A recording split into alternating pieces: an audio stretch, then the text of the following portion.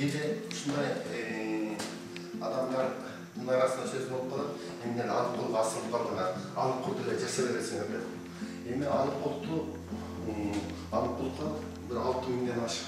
Алыкул таануучу Шаршембай Ажыбеков кыргыздын атактуу акыны Алыкул Осмоновду изилдеп жазып келе жатканына узак жылдар болду. Кесиби башка болгону менен колуна калем кармап, акындын тагдырына кызыгып калуусуна себеп бар.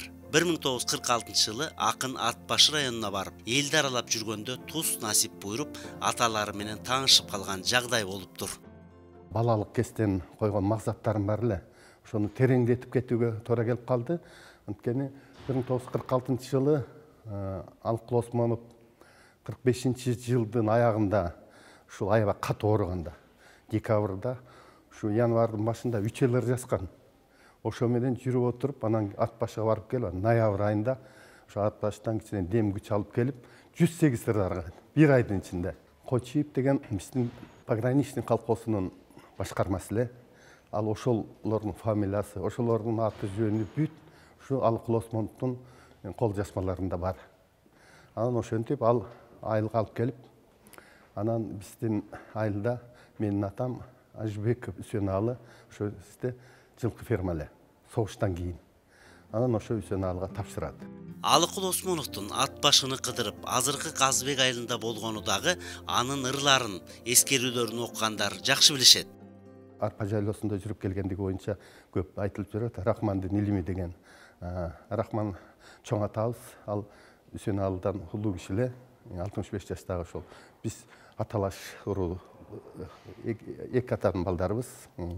Анан ошо киши 65 жаштагы кишиге барып, ошо тапшырып ошо кишинин үйүнө кем деген экен. Анткени жылкычылар ошо кезде пограничный колхозунда жылкылары аргындашылган англис парадалары менен 3000ге чейин жетип, ошо Москвадан атайын тапшырма келип, ошолордун жетишкендиктерин тартабыз деп, неметен Фрунзеден комиссия келген. Орустар көп, 20 киши келген экен. Ошолор ошондо сүрөткө тартып кеткен. Ошо сүрөттөр биздин үйдө сакталып калган экен. Ошол боюнча мен 2 каарманды таптым. Шаршембай Ажыбеков Алыкул акындын тагдырына, чыгармаларына байланышкан 10 китептин автору болду. Китептери да Алыкул Осмоновдун жеке тагдырына, жазган ырларына байланыштуу. Мен азыркы күндө Алыкул Осмоновго арналган 9 китебим бар.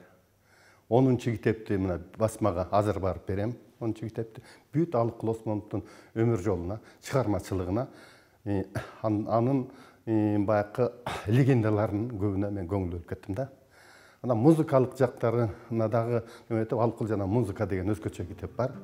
Акындын өмүр жолуна жан дилинен берилип, чыгармаларын арнаган замандашыбыз Шаршембай Ажыбеков Алыкулдун буга чейин окурмандары биле эле кызыктуу жагдайларды дагы ал болгон жерлерди кыдырып байкаганы бар. Алыкулдун мүнөзүн ошону бул жана Арпа элестери деген китебимде ошонун мүнөзүн өзгөчөлөнтүп жазууга туура келди да. Алыкул жалгыз эле орукчал же болбосо бир өзүнчө эле бир жалгызсыраган адам эмес, эл менен маектешкенин, анын элдин арасына кирип, айылдык элдер менен маектешкенде өзүнүн чери жасылып, ошол жерден көп пайдалуу иштерди алып келгендигин мен ошону баамдадым да.